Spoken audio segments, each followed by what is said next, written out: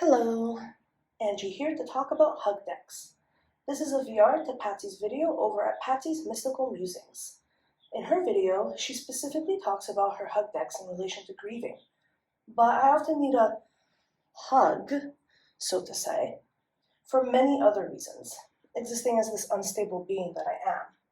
So, before I just pulled out my favorite decks, or most used decks, or cute decks, I thought about the different circumstances of which I use each one in and came up with 4 categories. And just before we start, a couple clarifications. First, apart from the first and last deck I'll show, I don't only use these decks as hug decks. And secondly, these are not the end all and be all, but up to now, this is how I use tarot to comfort and empower me when needed. Okay, the first category is decks, or in this case deck, I use when I feel blech or meh and need a quick boost. For this, I have the Affirmators Tarot by Knock Knock. Usually this happens in the mornings, as I'm really not a morning person, so I pull one card, read the message and affirmation, and finish my coffee. I'm also a person that feels great anxiety when I have to socialize at events, or even with friends.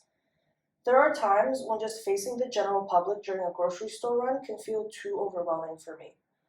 So, if I feel I need some comfort before going out, I will also pull a card, and maybe even take it with me, depending on the situation. Like, if it's to a party or somewhere they'll be drinking, I won't, but if it's to a work thing or a shopping thing, I might. This deck kind of moves around my place, although it's usually near the exit, so I forgot to include it in my deck collection video, but it's definitely there, helping me dredge through the daily mech and blech stuff. Before this deck, I didn't really have a ritual or something to motivate me to decide to go out.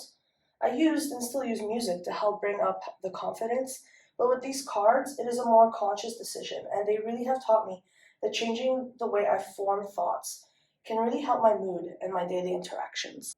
The next category I have for hug decks is for when I'm experiencing a general low, emotionally or energetically.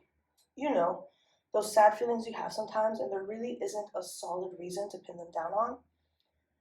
For this, I also only have one deck.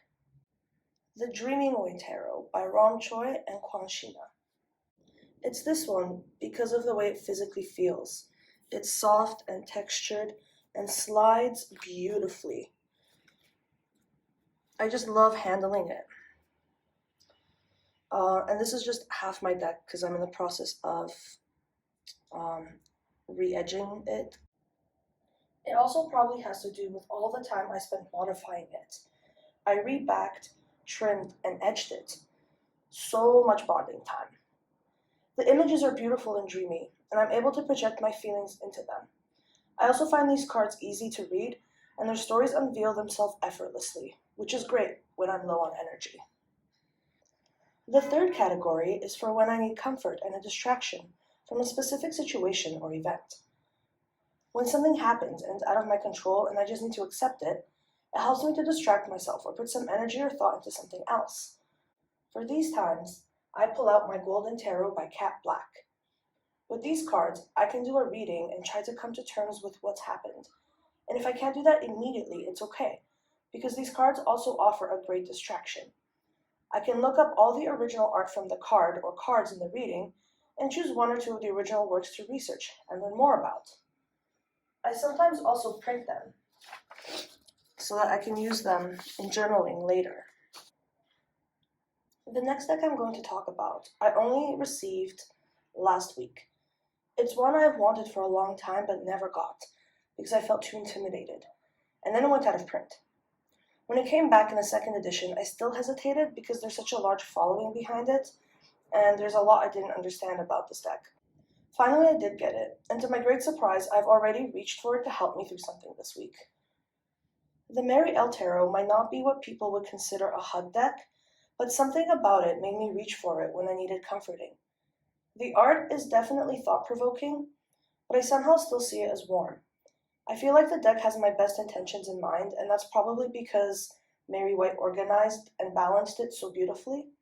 Similarly to the Golden Tarot, the Mary L. Tarot also gives me something else to delve into outside of the reading. I find myself looking into the numerology and mythology and color theory when I've used this deck this week. Seeing as it's still new to me, I may end up feeling differently about it, but as of now, it's shaping up to becoming one of my hug decks. Just as a side note, this deck came super damaged. Every corner of every card is damaged. I don't know if we can see. And like all the edges are raised, so the cards clump together, and the gilding's already chipping off, and they're not cut evenly. So even that, I thought returning this deck, but I think I will just end up trimming a little bit off the edges so that it's a nice, so that they slide better and shuffle better. The final category is when I'm absolutely drained and I just can't with anything. In this section, I have two decks. First is the Weird Cat Tarot by Gabrielle Kash. These cards are cute and colorful. I can read them quickly and simply. There are no mind games or second guessing when I read with this deck. It's so joyful and playful and doesn't use up any of my energy.